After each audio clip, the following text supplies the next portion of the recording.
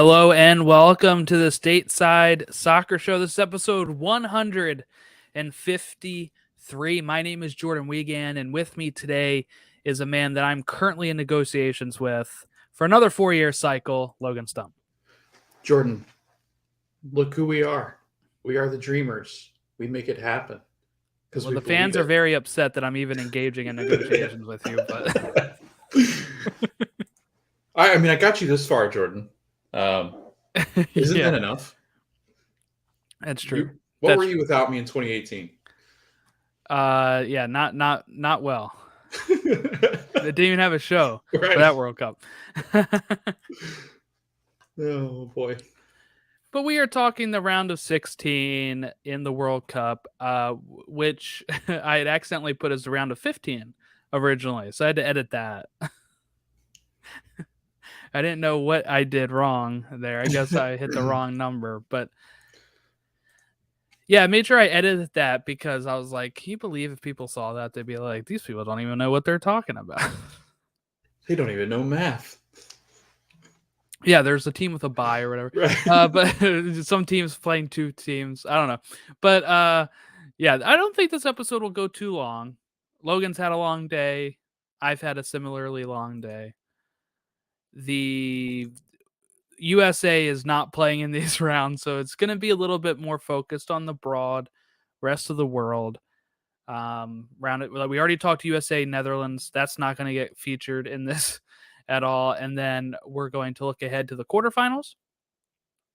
And then we are going to, I guess then we'll record at another time, probably Monday, if possible. We'll probably go live for the quarterfinal recap and looking ahead to the semifinals, which I'm off those semifinal days. And then we'll have to record another episode to preview the final and third place game, as long as Logan is stateside during that time. I should be. Okay. So. I was going to say, everything's in motion. Everything was in motion, and I think I should be here. So okay. It would be not called the Stateside Soccer Show. It'd be called Across the Pond Soccer Show. Yeah. Between two ponds. I don't know. I don't know. Well, we'll workshop that if that ever happens. Makes you ponder. Yeah. All right, so let's open up the show with what I was alluding to when I introduced Logan. That wasn't just shade I was throwing him. It was something that came out today or yesterday, right, of the possible extension for Greg Berhalter and how they were engaging in that. He was thinking of going to manage in Europe, and talks have started. But have they? Because like literally an hour or two ago, Taylor Twellman was retweeting stuff from what Ernie Stewart said. And Ernie Stewart said this: as we always do after a major tournament, we are taking time to reflect. We will conduct a full review with everyone involved as we determine our next steps. We look forward to building off the performance in Qatar and preparing for the journey towards 2026. So Twellman is reading that as saying negotiations have not started because they're still in the middle of the review. So I had a whole segment planned of where we were going to maybe talk about why we were engaging in it at all, but there you go. We may not be. I don't know. Your thoughts, Logan? I know we talked about it last week, so we don't have to go on for a long time about it, but just your thoughts when you originally heard that maybe negotiations had started. Hated it. I was not a fan. I am a fan of them moving on. And Jordan, you and I talked about this when we texted all the time, that Greg is good at what he did. I think developing young players and getting them ready to compete at this level and to get back to it. I mean, kudos to Greg. He did it. He got us back into the World Cup. But that being said, I think with I think he had a lot of leeway just because of what happened in 2018. And I texted you this earlier today. I was like, there's not much to really go off of. If you're looking at, okay, well, where were we in the past and where are we now? If you reflect on that, we're a lot better off than we were in 2018. That being said, I do think with the roster that he had and maybe some of the decisions that he made, I think that this team stood a better chance to go on to the round of 8. We kind of just bow out. I think this roster was extremely talented. It would be interesting to see what would have happened if we had a top-level coach for the England game. But, I mean, I think it's it's a matter of like we watched World Cup qualifying. We watched World Cup qualifying this whole time, and there were a lot of moments, Jordan, where we both questioned what the hell he was doing. So again, I think in big moments he tends to not be there. It just so happened that in the World Cup he wasn't really given that opportunity just because the Netherlands game just got out of reach. So it's time to move on from him. But it is, I think it is better now. I guess if we're sitting here saying we're now going to reflect on the decision and what happened, but I was not a fan of them holding talks with him. If that was the rumor that was going to be true, I think he'll decline it anyway. I think he wants to try Europe again. I think some team might take a chance on him. They'll see how well we played against England. They'll see some of that stuff. They might see that we didn't score a lot, but then Berhalter can literally point to the nines that we have and be like, this is what I was given, right? That's kind of like the excuse international managers are able to kind of use. I saw somebody kind of defending Berhalter online in the sense of like, and that's fine. He did well, but it's like, like, who else is going to want this um not so, what they say, not so like great job. And that's where I kind of thought, pushed back as we were talking about last week of, hey, we're going to be hosting it in 2026. This core is now experienced. Like, I don't know. I think that's an attractive job. I do. I think that is an attractive job. I do want to share one thing with you, Logan. This is what Berhalter said to the Federation when they were talking about the about the negotiations. You were right about one thing, Master. The negotiations were short. It's like the first thing that came to my mind when we're talking about like negotiations have started. Oh no, they may not have. It's like, okay, well, yeah, they were short. That's awesome. I think a lot of Twitter though was more like this. You can't keep getting away with it. He can't keep getting away with it. He won't. But I do have a question for you though. Yeah. Like on Twitter, I guess speaking to the other side, like there's people on Twitter that write that, why aren't we impressed with what Greg's done? Like he took a college level team, aged team, sorry, and progressed them through the CONCACAF, which is just absolutely brutal to get through. Took us to the World Cup, went up toe to toe against England. He's got a good resume. Why are we looking at this as like we need to move on and go to the next level? Well, for me, it's always like I've been saying is 2 cycles is too long for usually any manager. So there's that, right? So part of me is thinking the message is going to get stale, and I've heard it from other players. I think Twellman or somebody was advocating that's a former player for the same thing. So the message gets stale. You're going to need a new voice in there. So I'll probably take the side of players who know. I know some players were also backing Greg. That was coming out, but that was like, I think it was only like 3 or 4 players. What are they going to say? If they say they're not backing him and then he stays, they're out of the team, right? Like that's probably going to happen. So there's some of that where it's politics, right? But I don't think I am amazed by the team, right? Like this is where we thought we would be. Round of 16 exit is kind of what we all thought, right? Going into this, I was worried about getting out of the group because I thought it was a tougher group than some people had thought. It ended up being a tougher group than some people had thought. Now, a lot of people put that on us by saying we didn't make it look easy. And I don't know, that's tough. That's really tough when you have Germany and some of these other groups, other teams in these groups bowing out as well, right? I'm happy to get out of the group, even if it was with 3 points. We ended up with 5. That's pretty standard. We got out of there. The thing I think that really sours me on it is that performance against the Netherlands. But really, if you look at it, the England game is the only game where we played a full 90 minutes. Right? Maybe a full 90. I mean, like Iran, we played a great first half, Yeah. bad last 20 minutes. The Wales game, great first half, terrible second half. England game, we were on fire. We just couldn't score, but we played our hearts out for that one. Netherlands game, dumpster fire. People making, not all of that's on Greg. People making bad decisions, not following their person, all that kind of stuff is what it leads to, right? So I think it's like, yeah, you can phrase it however you want. Like we've already talked about before, like how Greg is able to get these players to be a brotherhood. He's able to recruit. He's able to bring in and get them up against Mexico, and we play pretty well against them. But also, what you have to look at for that, you can't give it all to Greg. You can't give it all to Greg when you have Tata Martino being the worst Mexican manager of all time in a World Cup. And then you look back to those games where we played them and looked pretty good against them. And you're like, maybe if they had hired somebody else, we still lose those games.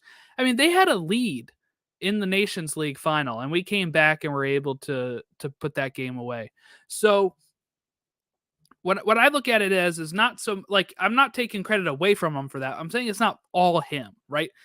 And the same thing as when we win, when we lose, it's not all him. It's a team effort. But my point being is we should be winning these CONCACAF games. We have much better young prospects than Mexico right now. We should be winning those games. We should be getting to the round of 16. And now we have. And now we've got that base, and it's time, like we said last week, to build on that base now and look ahead to what we can do going forward for 2026. Like we said last week, we only get one of these, right? We only get one chance. I mean, we hosted in 94 as well, but you were what, 2? I was 3. Like there's Joy wasn't born yet. So there's this, so we only get one of these that especially with how big the game is now in the US, right? 94 was still kind of niche here, right? It has grown tremendously. And we have a squad now that is full of potential. And that's where I think another thing, I feel like we're very balanced, Logan. Here on our show, we're very balanced.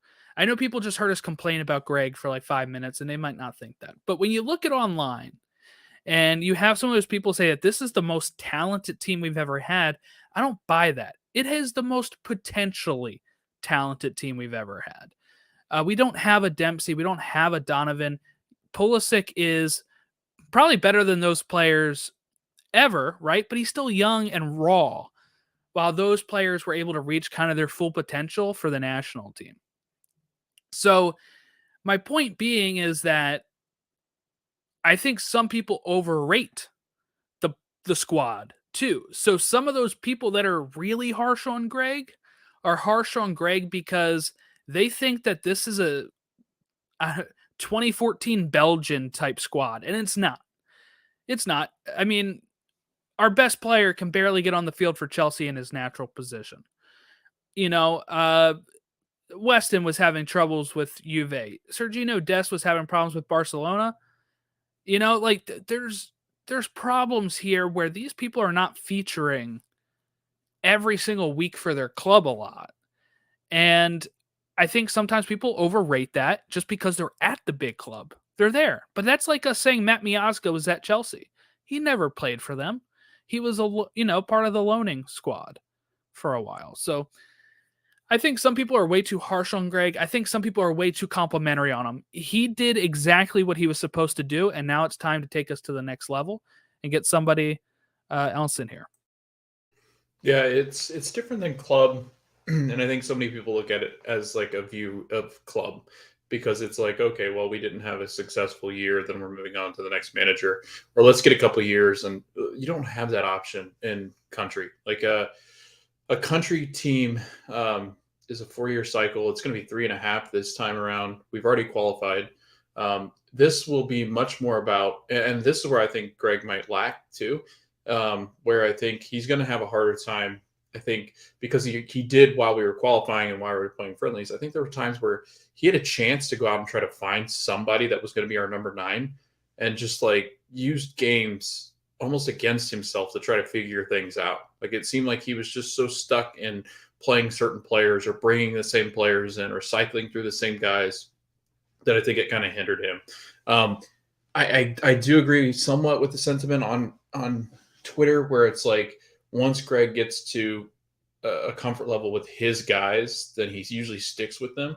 But then that all went out the window in the World Cup. So I mean, it seems like he's very wishy-washy, and I think that inconsistency is kind of the problem too at times. I mean, Gio Reyna, from what we understand now, he's been completely healthy the whole time, so it makes you wonder what Greg saw or what he was, convinced of. But do we know that? I think it was, yeah. Well, I mean, based on his Twitter and his Instagram posts and stuff, it seems like Gio was dismissive of the way that he was treated at World Cup. I don't know if you saw the post. No. It was very like short. Like, you know how a lot of the players were like pretty long, elaborate, like we'll be back, blah, blah, blah. Gio's was very much like, thanks, but looking forward to like the next part of the season, the second half. Like very like, I didn't have a good time. It seemed odd to post it in that way. And again, we'll never know, I don't think, just because I think that's going to be close to chest for a lot of people. But it does seem that, Greg has done what he needs to do. Like you said, I think he did good things. I think he's a hell of a recruiter. I don't think we get Yunus Musa. If Greg's not there, I think Serginho Dest considers the Netherlands. If he's not, Greg's not in that position to do recruiting. I think that the development of players in the United States national team like Brennan Aronson doesn't happen if Greg's not there. So I don't know if he writes this stuff, man, because if so, he likes the third person. If so, I'm reading some of his stuff. After many months of injuries and many questions, Gio Reyna fulfilled his dream of playing in his first World Cup. somebody's doing his account. Yeah, we can only say that we are grateful to all the GR7 fans who were with him in these difficult moments. This says it's the official Gio Reyna account, so I don't know. That's interesting. So I don't know. I don't know if I can take that, but I mean, it's weird. But I'm still wondering if there was something there. I mean, obviously, what I think is, and this will be something that'll be probably debated for years until somebody writes a tell-all book or something. But my thought is, he wasn't healthy enough to start, and he did feel. Greg. I know Greg said that he didn't mean to say he was injured. What he meant to say was that he felt some tightness when he was training in that friendly before they started. And I think at that point they were being very cautious with him. And you might say, and I know people said, well, why would you be cautious with them at the World Cup? This is what it's all about. They do have club obligations. And, it could have been that Dortmund asked them not to play him as much. It could be anything like that. So then he doesn't play the first game because it was right after the tightness. Then you get into the second game where they did play him in England against England. And then the third game, I think it literally wasn't set up the way Greg would want to use them. And that's the problem is I think what we're leaning on. A lot of people wanted us to hold the ball. And Greg said, no, we're going to go 5 in the back and just defend the ball.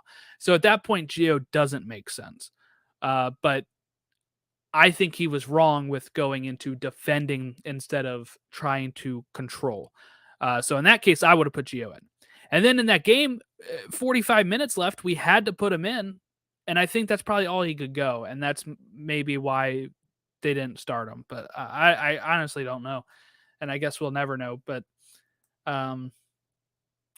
I think maybe they were being a little more cautious due to the club asking or them just, not wanting to jeopardize this guy's future for somebody that's already made a glass at this point. I mean, how many times has he missed? Most of World Cup qualifying, right? I mean, it's been like the last 2 years have been just off and on the pitch. Well, let's talk about building up to 2026 because we both said, hey, let's get into the Copa America 2024. And then reports were saying Canada's already locked that in. And then Max Breto said that his contacts in South America said that the U.S. is eschewing for it. Well, not so fast. All right. And this is why I didn't really want to run with it. I like to wait for official announcements. There's some people that like those aggregator accounts that just post anything.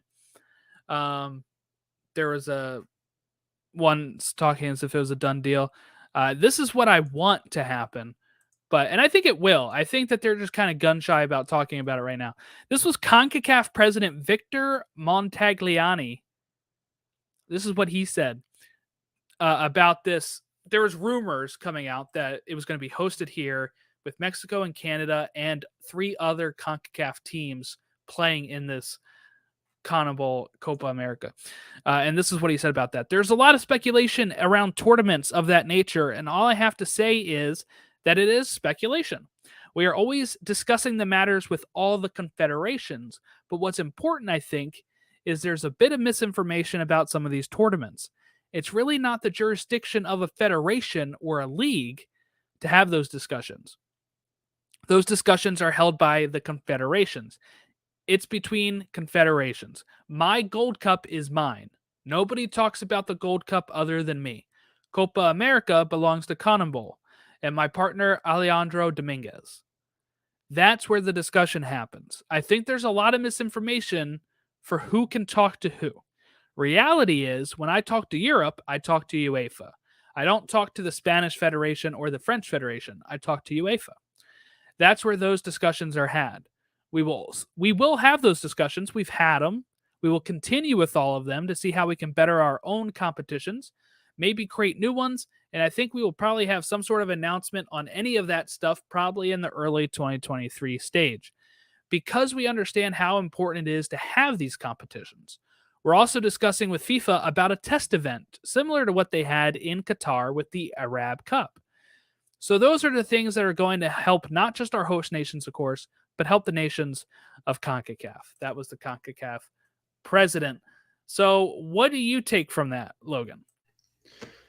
I mean, I get what he's talking about. Like, I think it's only fair to let the regions and the federations decide what, who's in their competitions, where the competitions take place. And it does sound like there's a lot of moving pieces. However, I think just the fact that he has to go out of his way to address the speculation means that there is some kind of truth to what's going on. I've always felt that way. If something comes out and somebody makes a statement, it's not because they're just trying to knock down the speculation. It's because it's gained enough momentum where they have to come out and talk about it. And I think when somebody comes out and talks about something, it's more likely to happen. And I think with a lot of these federations, unfortunately, Jordan, I think they're just so corrupt that they just seem like they're sitting there waiting for this to blow up and go, okay, here's all this evidence. Here's why they all think it's a good idea. The fans are behind it. These federations are behind it. Why not get all behind it with whatever the bigger federation, not just, the American Federation or the Mexican Federation. I think they're trying to gain enough steam to where Victor could go to them and go, hey, we've got a lot of support for this. Why not move it to the United States? Ecuador, I think it was Ecuador, gave up hosting rights to it. Yeah, I mean, and we just talked about this last week. I don't want it hosted here, right? Yeah. We got to get some experience I'd say in a hostile Mexico. environment. Honestly, like I say play it in Mexico or Canada.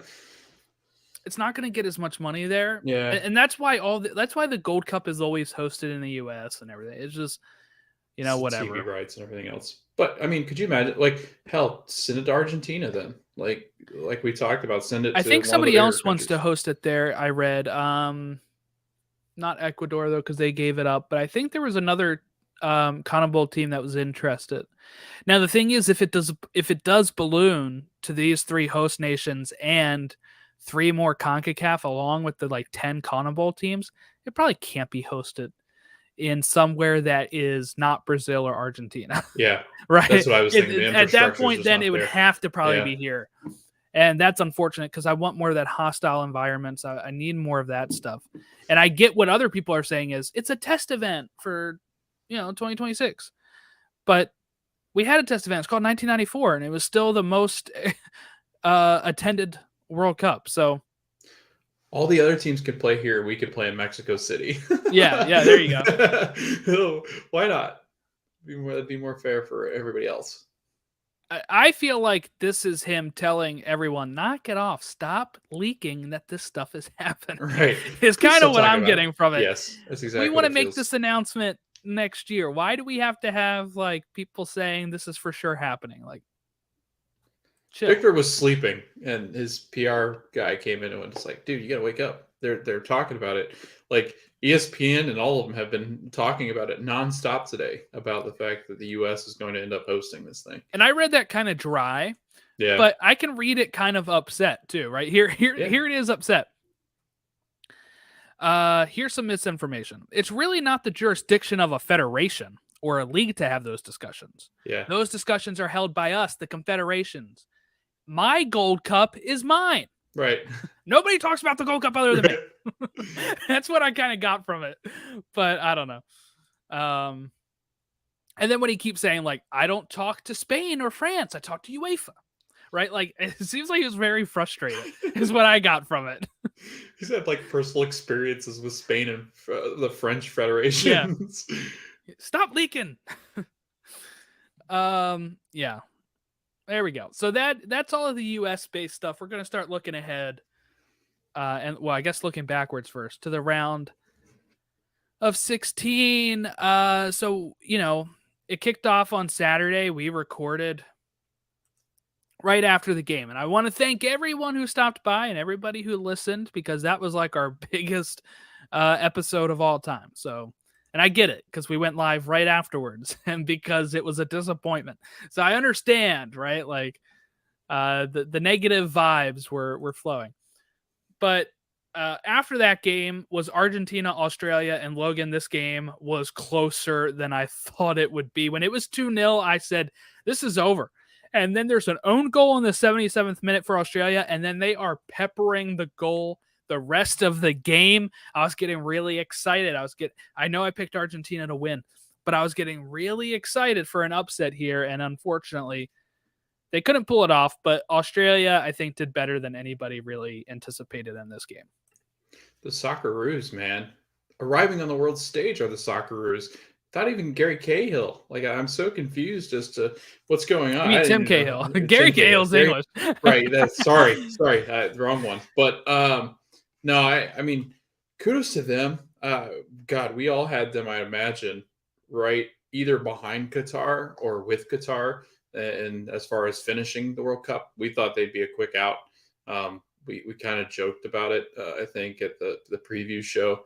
But Jordan, I think it speaks more to how vulnerable this Argentina team is, or maybe the gap really is that close to where, like, we don't have. I mean, the closest thing now, and we'll talk about it because it's coming up. The closest thing we have to like a Ronaldo or a Messi just absolutely taking over, a Toni Kroos or a Bastian Schweinsteiger, like the closest thing we have to that is Mbappe. But really, so many of these teams have gotten so much better. The talent, the pool. It seems like a lot of younger generations are just latching onto the sport in other countries too, where it was already big. Now it's getting even more. It's massive. So it's interesting to kind of point to like Australia being a formidable opponent against Argentina, but also the fact that I think the gap's closing. That being said, I think Argentina is very vulnerable in the positioning that they're in. Argentina is going to have to face, I'm assuming, a Brazil team unless Croatia can pull some magic again. But I mean, I think on this side of the bracket, anybody has a chance to advance to the final. So that's exciting. I like this side of the bracket, where I think on the other side, I think there's only one team that'll advance. We can talk about that later. Yeah. So that was Argentina, Australia. Yeah, I think the rest of the world's just starting to catch up. Yeah. How many Australians are playing over in the Premier League or in Europe? And then you have, it's not just the USA that's, exporting these players. Everybody's getting around the world able to travel and join different teams, different leagues, and what they're doing is they're playing against better competition. And it's making them better, and it's making everyone better. And I guess you could say Australia, it's working out for them that they left Oceania and went to Asia because now they're playing against better competition and they're more prepared for World Cups. That's what I kind of get from it. Look, okay. Then Sunday was boring when it came to England Senegal. All right, that was awful. 3-0 England. Senegal started off pretty good. First 10 minutes, I thought they were going to score, and then it's Henderson in the 38th, Kane in the 45th, and Saka in the 57th. I turned it off at halftime. I was like, this game's over. And it was. Any notes here about England? Foden is playing in the place of Raheem Sterling. Raheem Sterling had to leave for personal reasons. His house was getting robbed while his family was there. It looks like he might be trying to come back soon, though. He just wanted to check. He just wanted to check on his kids. Yeah, pretty much. And I love Raheem. Raheem's so dynamic. He adds so much to an England team that already has so much depth. When you have a guy like Phil Foden just to step into that spot. But Bukayo Saka looks fantastic. Jude Bellingham is just on a whole different level. I can't wait to see him play for Manchester City next year. He keeps getting linked to Liverpool, though. Yeah, let's not do that. Did you see, too, that Yunus Musa was registered by Chelsea and Liverpool as targets? Like, they had scouts and stuff showing up. I know Arsenal was looking at him, too. Yeah, so that's exciting. But, again, I mean, Jordan, you could pull guys like Jack Grealish and Marcus Rashford, Kieran Trippier, Calvin Phillips, Eric Dyer, Connor Cody, like anybody off this roster. Mason Mount didn't start. Like, it just – the list goes on and on. Deservedly and so. Depth, right. Yeah. Their depth is so extensive. I mean, Conor Gallagher can't even break the pitch, and he's been phenomenal. So it is a testament to how good this England team is, how deep they are. Like you said, I thought within a 10, 15-minute window, I thought Senegal looked like they could really compete. But this tournament was over, I think, for them in this round of 16 when Sadio Mane wasn't going to be on the roster. So I think that's a huge blow. Kudos to them, though. I mean, I thought they battled. It goes to show that these African teams are always just a nightmare to play. And probably a lot of fun to kind of watch. I'd love to go to AFCON. That'd be so cool. But yeah, I think it well-deserved win for England. They put them away. And like you said, at halftime, it just became boring because England just dominated and took over subbing all their guys, 5 subs in. So over quickly. And now they get a big old rivalry matchup against France. So that'll be exciting. Yeah. Earlier that day on Sunday was the France-Poland game, which Poland had some chances, but France had a lot of chances and couldn't put it away. And then they finally did. Olivier Giroud, who is now the top goal scorer of France of all time, and he didn't even start playing, I think, in a top league until 24 years old. So, look. I love the guy. I loved him when he was at Arsenal, and I was like, I want Chelsea to sign him. And they did. And he did pretty well for Chelsea, and now it's sad he's gone. And then Mbappe scores in the 74th minute and the 90th minute before Lewandowski gets his second goal through a penalty to make it 3-1 France. Logan, I want to ask you a question here when we talk about Mbappe, all right? Now, I jumped the gun back in 2014 because Thomas Mueller had 10 goals, Logan. He had 10 goals through the 2014 World Cup, and I said he's got 2 more World Cups in him. He's going to break Miroslav Klose's record of 16. That is it, right? Miroslav Klose in 2014 scored another goal or a couple goals to pass the Brazilian Ronaldo, who had the most goals of all time in a World Cup. That was 15 goals over his 3 World Cups he played in, 4 World Cups he played in. 19 games played, Ronaldo had 15 goals. Miroslav Klose played in 4 World Cups, and he got 16 goals. And then below Ronaldo is Gerd Mueller from West Germany. Played in 2 World Cups. 2 World Cups, Logan, 70, 74. He played 13 games. He scored 14 goals. It's insane. That's more than 1 goal a game. And then you have Just Fontaine in this is the real insane right now. Of course, this is totally not modern times. All right, 1958. Just Fontaine for France scores 13 goals in 6 World Cup games in 1958. He didn't play another World Cup after that. All right? 1 World Cup, he scores 13 goals. Pele, who has 12 goals and is recovering. He's going to be going home from the hospital. They had this whole article, I don't know if you saw it, where they had him like pretty much on his deathbed. He said he's feeling better. He's going home. So a little bit of misreporting there, I guess. He scored 12 goals in his 4 World Cups from 58 to 70. And then you go down the list. Thomas Mueller is still at 10. He never scored in 2018 or 2022. So I was wrong.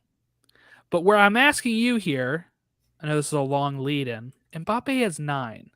He's 23 years old, Logan. He's only played in 2 World Cups, and guess what? He's got at least 1 more game in him. By the end of his career, does he have more than 16 World Cup goals? Yeah. Like, I think he leaves this World Cup with at least 10. So that's 6. There's no way. Like, he's not even to, that's what's scary. He's not even to his, like, real prime yet. Like, it's not even close. The next World Cup he plays in the United States, we're going to be watching Kylian Mbappe, If Jordan, France is playing, in New York or Philadelphia, I'm going to that game. Yeah. I'm going to see Mbappe Yeah. live in a meaningful game, not like a PSG friendly or something. Like that's something to think about. And I am tempted to agree with you, but then I remember my Thomas Mueller prediction, which looked pretty good. You know, I mean, it looked pretty good. 2 World Cups, he had 10 goals, and you're like, he's young. He's got at least 2 more in him. And it'll be interesting to see where Mbappe finishes at the end of his career here. I don't know how old Thomas Mueller was in 2014. I have to check. So he's 33 now. So 8 years ago. 25.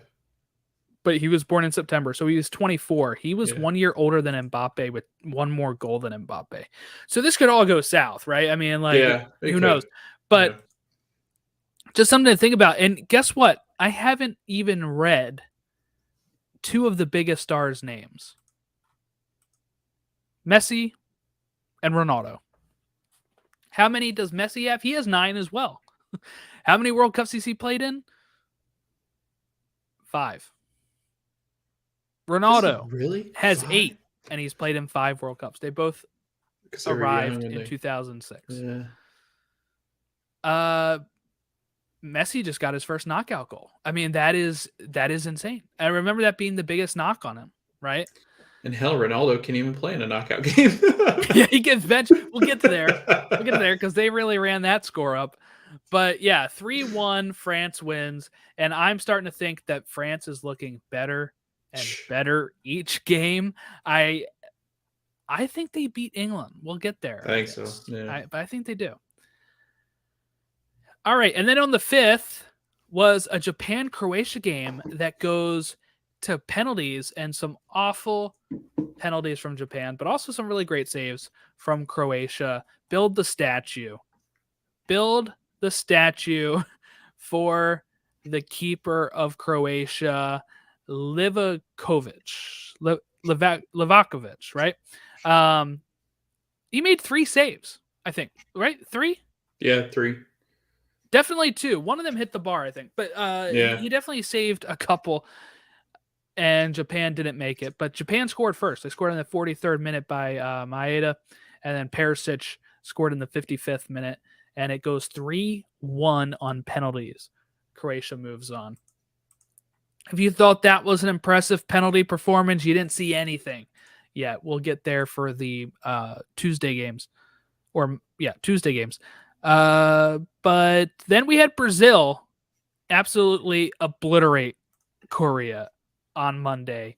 4-1 it finishes. Vinicius in the 7th minute. Neymar steps up in the 13th minute for a penalty. It was over at that point.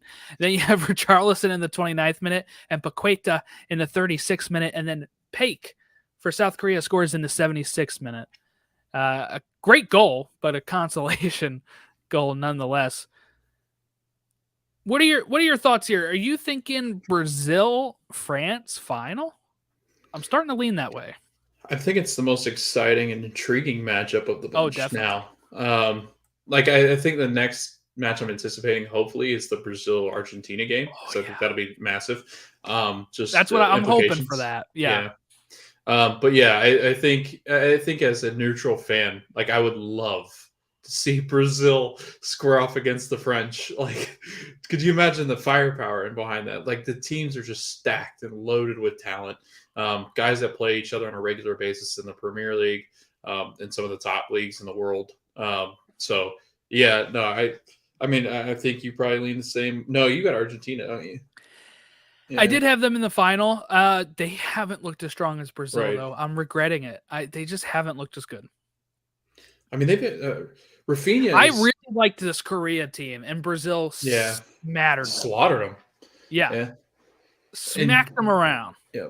And you and I, back when we had stoppage time, I mean, you and I talked about often how good Rafinha is, how good Richarlison has looked. It's like a resurgence. Yeah, The poor guy's just stuck on a bad team. When he was on Everton, Right. Yeah, he's just stuck. Poor dude. Just get off. I mean, he's so good. He's so talented. It's just a waste at that point. But, it's just we're getting to the point, Jordan. I mean, I think we're going to get a repeat winner, unfortunately. But yeah, I do think this has the chance to be one of the there most. is a chance. There is a chance, though. There is. We'll talk about that team. But yeah, there's go ahead. one of the most. This is probably one of the most star-studded finals that we'll have since Germany. Was that Germany Argentina when they played each other? Like, I think this is the next big one that it's like, wow, this is a dream for soccer fans. I think Neymar versus his technical director at PSG, Mbappe, in a final against each other. They've had so many, there's been so many videos posted about like their exchanges when they're frustrated with each other at PSG. Imagine them in a final against each other. And a chance for Mbappe to be like, no, I'm the legend here, Neymar. Yeah. I am the one that this is all about, and I'll prove it to you here, and I'll prove it to you at the club, but I'm the one that's going to win a second World Cup, and Neymar's not going to get a chance on it. Like that's some fun stories that can happen. We'll see. And then we had the Tuesday games, which started off with Morocco and Spain. And this game, while it finished 0-0, Spain had most of the possession. 77% possession to 23. Their XG has 1 for Spain and 0.72 for Morocco. 13 shots for Spain, 6 shots for Morocco, but only, what was it? One shot on target for Spain, 2 on target for Morocco. Spain completed almost the same amount of passes it completed against Russia when Russia knocked them out on penalties in 2018.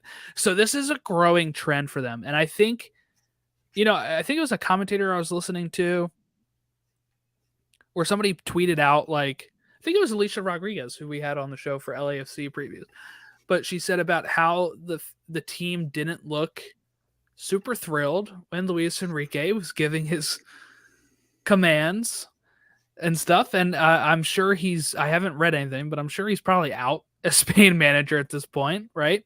It's a disappointment for Spain, right? I mean, especially the guy that scores the winning penalty in the shootout, Hakimi, was eligible for Spain. He grew up in Spain, but he went and played for the country his parents are from, Morocco, and he's the one that sends home Spain. But this was an incredible penalty shootout because while Spain missed all of them, they were all saved by Morocco's goalkeeper. which was Bonu. Right? Yeah. Why does he have such a bad? He plays for Sevilla, but why does he have such a bad FOTMob rating? That's dumb. But like man of the match. But yeah, I mean the Spain goalkeeper has a better rating than that's stupid.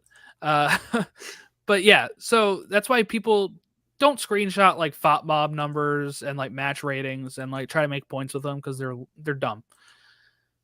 But yeah, Morocco wins on penalties and sends Spain home. And that's fun because you know what it would have been, Logan?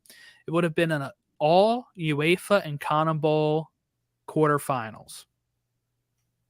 We do have one African team that snuck in there.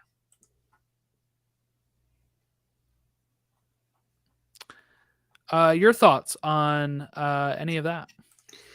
I think it's exciting just because Morocco is not any team that anybody picked. I think you said with Spain, they're interesting because they've got like a generation we're missing, but then again, like the generation that they have in that spot is not like they don't have like that star, right? They don't have like the starlet like Messi. They don't have the starlet like Ronaldo. They don't have the starlet like Olivier Giroud. No, but they just don't have like Aymeric Laporte, maybe Busquets, but he's like Laporte's not a star. I'm right? sorry. Nobody's like, no. oh, I gotta watch the Right. game because Laporte's playing. But Can you I imagine think, Laporte versus Mbappe? yeah. No, but nobody's doing it. but like I think he's the only one on that list that you go, okay, like he plays for a big club that's actually like he's a very done young decently team, at Man City, but like this is a very young team. I think they've got a lot of growing to do. And you and I talked about this. Ferran Torres, having watched him play at City, there's times where he looks great, and then there's times where he just disappears. It's not like he's a consistent goal scorer at times where he's just, it seems like he's not in the right spots.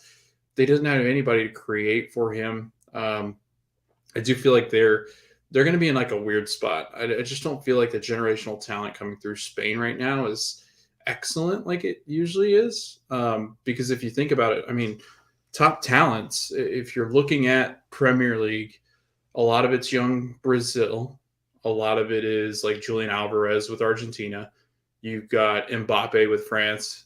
You've got Holland with Norway, which they'll never really get back into, I don't think. But I mean, you're looking at young talent, and it's never Spain.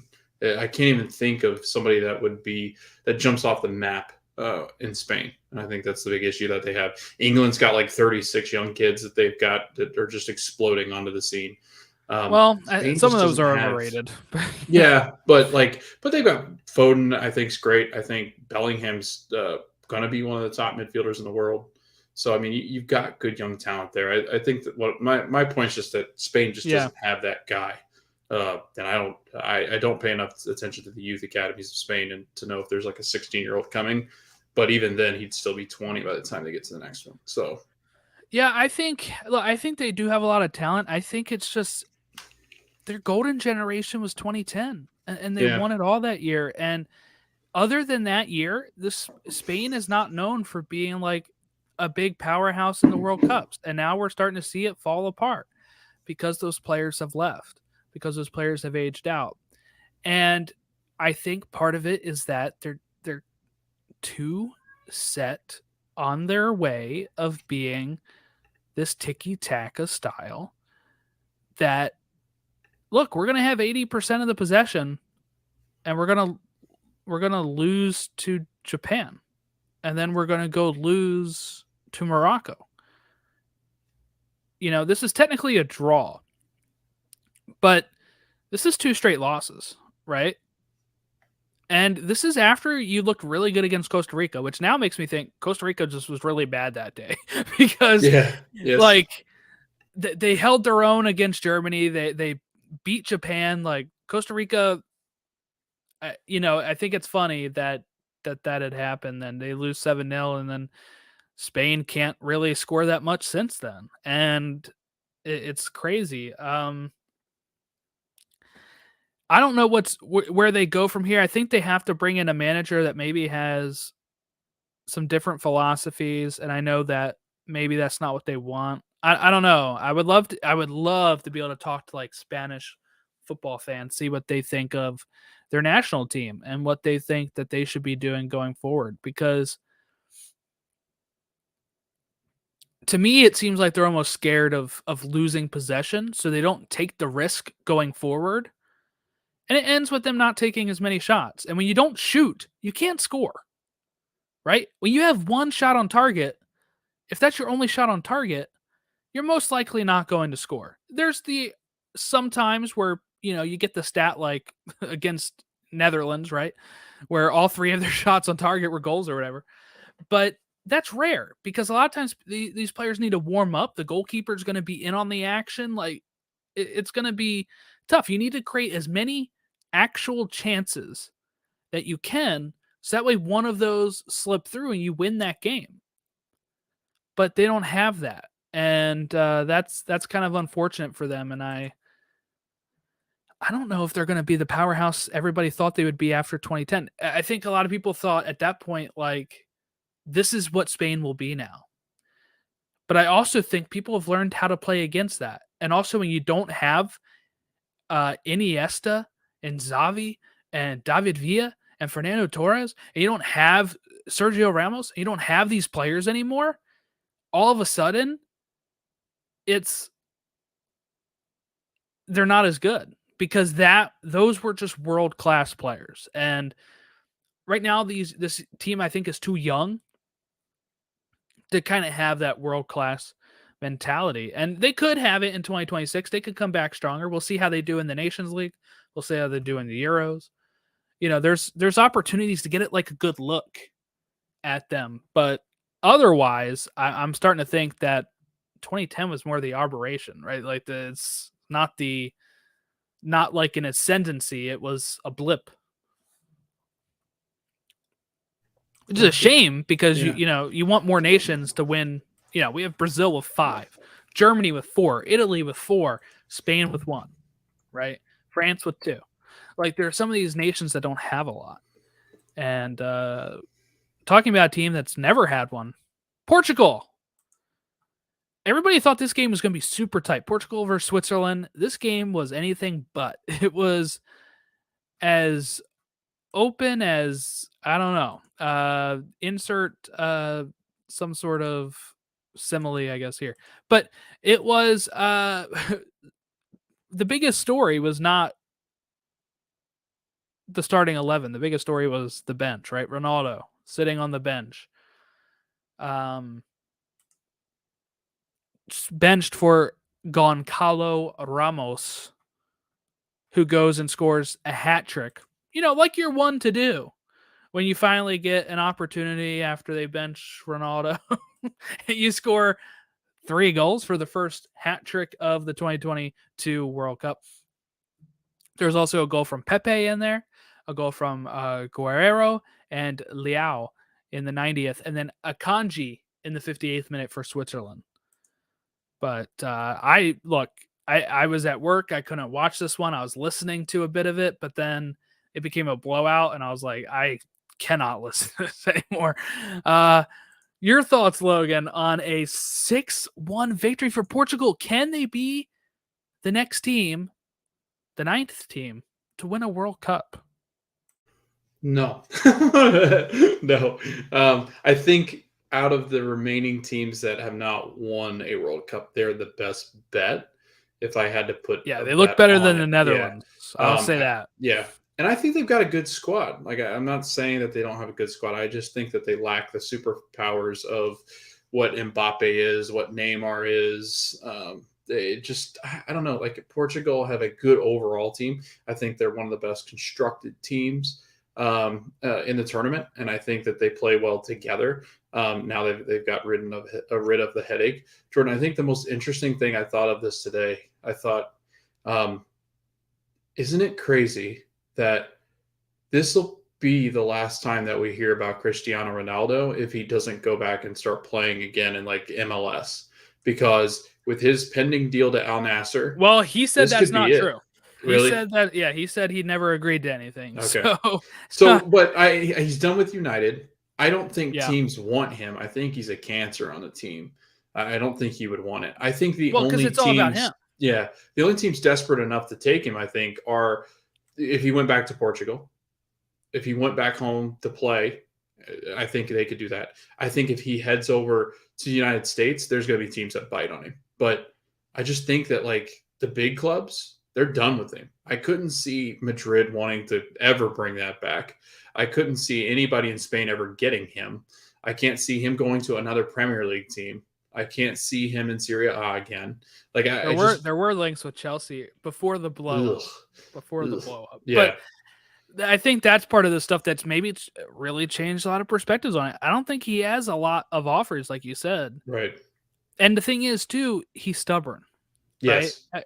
Who can we compare this to in other leagues that he is past his prime and doesn't seem to notice that he is, right? Doesn't want to believe he is. And he wants to play Champions League football, and no team in the Champions League is probably going for him. So now he has to either lower his demand. Yeah. I think he doesn't want to take the Saudi deal because I think he thinks that makes him look like he's done. Yeah. No, it is. It's pride with him. It's always been that way. It's all about him. $211 million US dollars a season. Mm-hmm. And he's turning it down most likely because, and most people don't, but he's turning it down because he's thinking, I got more to offer. And the thing is, he doesn't. He hasn't scored free kicks were his thing. He hasn't scored one of those in years. Hit right into the wall every single time. They benched him. They win 6-1. The guy who replaced him scores a hat trick. You can't start him, right? You can't start him going into the next game, right? No. They're playing Morocco. You can't start Ronaldo, right? No, he sits on the bench. He collects dust. 17 minutes. If he wants to go play, then he can. And they won a Euros without Ronaldo. He got injured, and he was kind of coaching on the sideline. This team just functions better without him. They got Morocco next. I think they beat Morocco, but Morocco's going to have to score. They can't take it to penalties again, I don't think. They've got a good team. They do. Especially without Ronaldo. I think it opens up so much.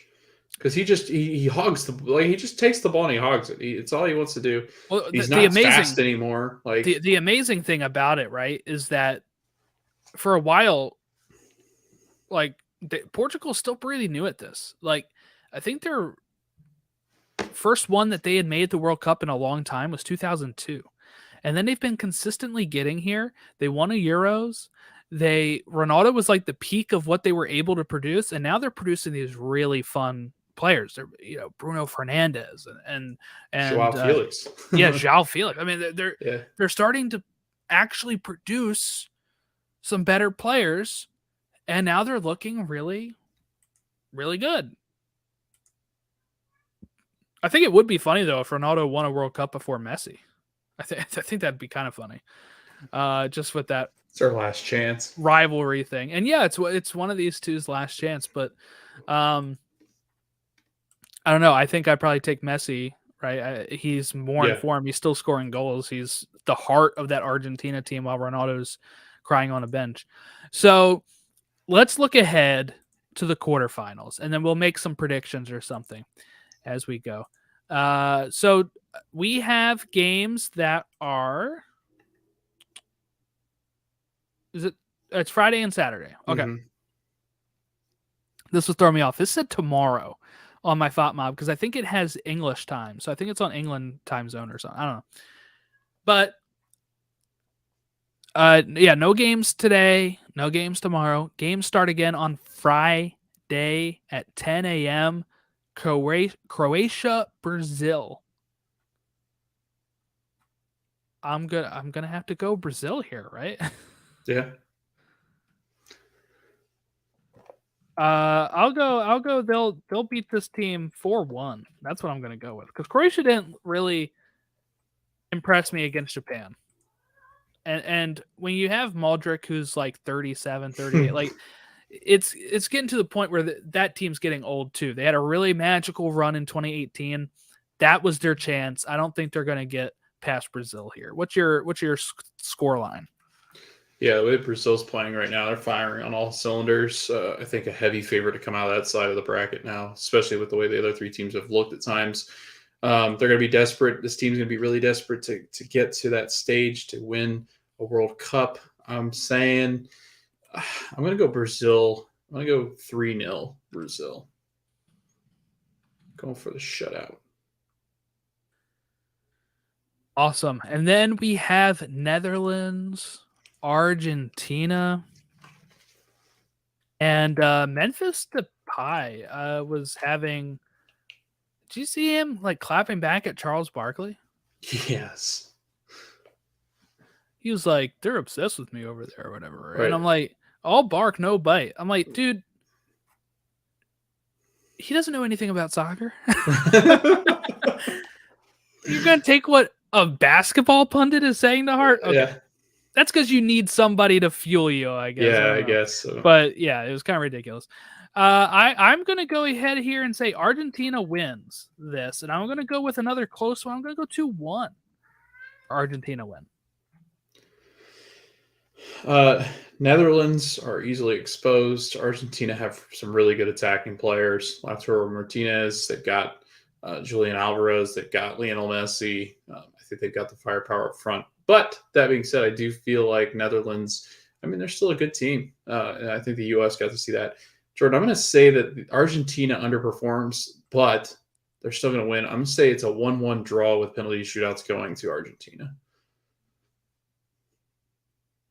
Oh, I'm going to ask you another prediction. I want you to tell me here. Does Messi miss or make his penalty?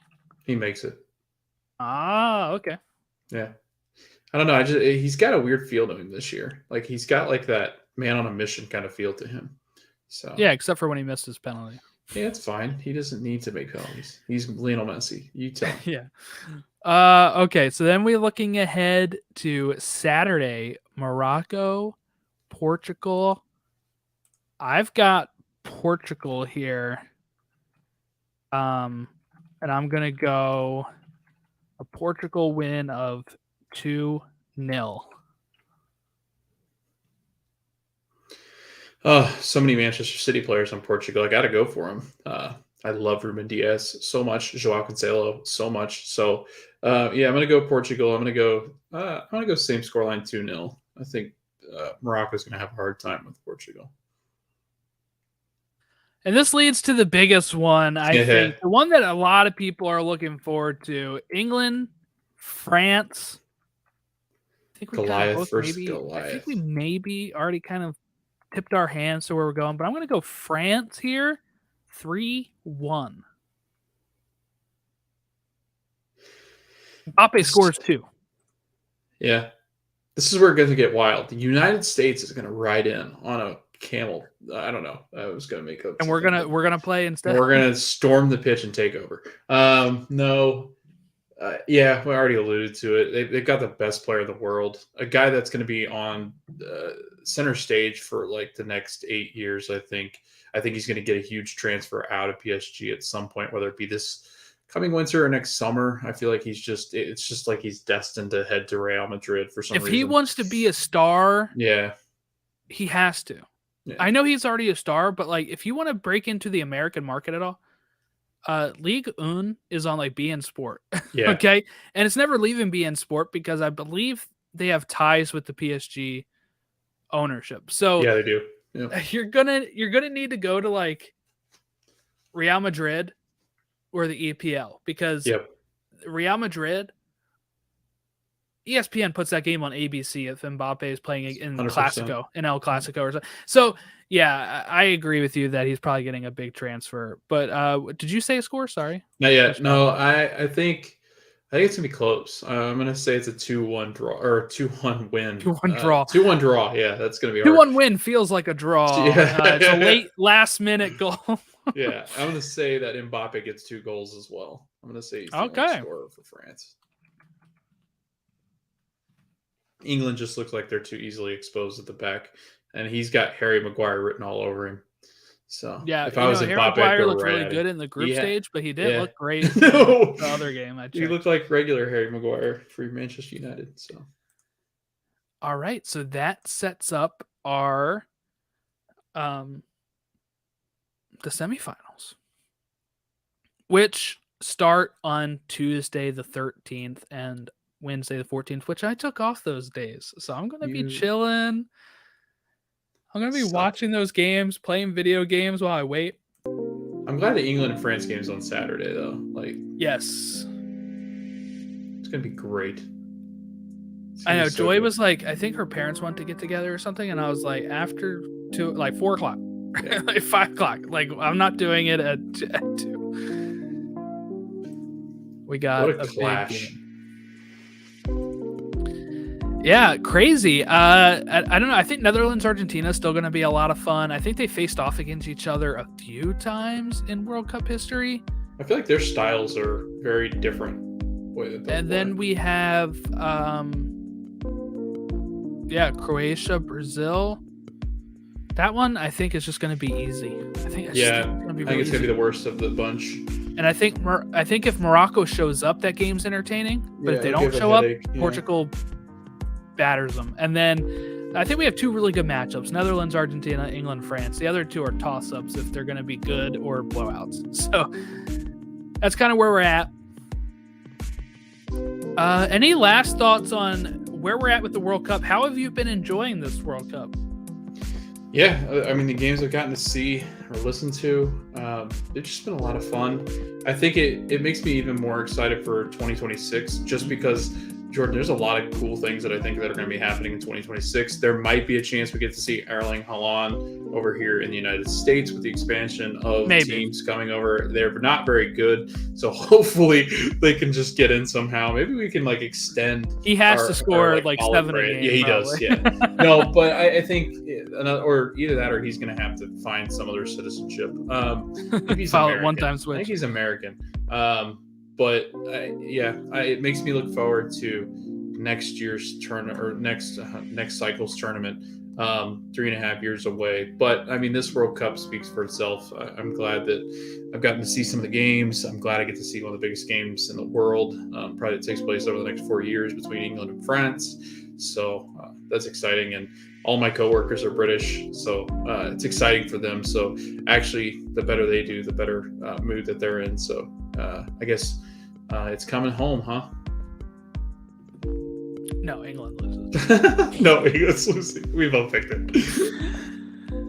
Mbappe says, not today. Yeah, I know. I think it's been a great tournament. You know what's funny? Once this tournament kicked off, I haven't heard anybody be like, it doesn't feel like a World Cup. Yeah. It doesn't, that went out the window. The tournament started and it's great. It's a wild tournament. The on the field stuff's great, right? There's still very big problems in Qatar. At Qatar. Yeah. But from what we're seeing on the field, we had great end of the group stages. Yeah. We had some great round of 16 matches. Like, I'm having a heck of a time. And what you said earlier about Mbappe possibly playing here in 2026 gave me goosebumps. Like, I didn't even fathom that. I've been so wrapped up in just let's get to host it, right? Yeah. And maybe I can see U.S. games now being like, I can maybe see one of the best players in the world in a meaningful game. We don't get that a lot. Yeah, right. Pit them up against Mexico when they come over here. Throw them into New York. Ours is like, go see Chelsea Barcelona where they play for 45 minutes and then sub out the whole team. We get to see the best players on the biggest stage. Guys that we have been watching for the last, decade, Jordan, of just guys that'll be here. I mean, watch France not make it now. They'll pull in Italy or something. We'll look back at this 4 years from now and be like, well, we didn't get to see any of that. It would suck. And what's really sad is I could see it kind of, but not. I mean, Mbappe is just so good. But then again, it is just Mbappe sometimes. So. Yeah. Way to go! You jinxed it. Yeah. If you want to give us some follows or catch up with us at Stateside Show on YouTube, Instagram, Facebook.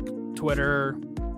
You can reach us via email, statesideshow@gmail.com. For any questions, comments, concerns, you can leave a review. That helps other people find us, or rate us on iTunes. Spotify has started doing that as well. But check out YouTube because Jordan made a nice new StreamYard.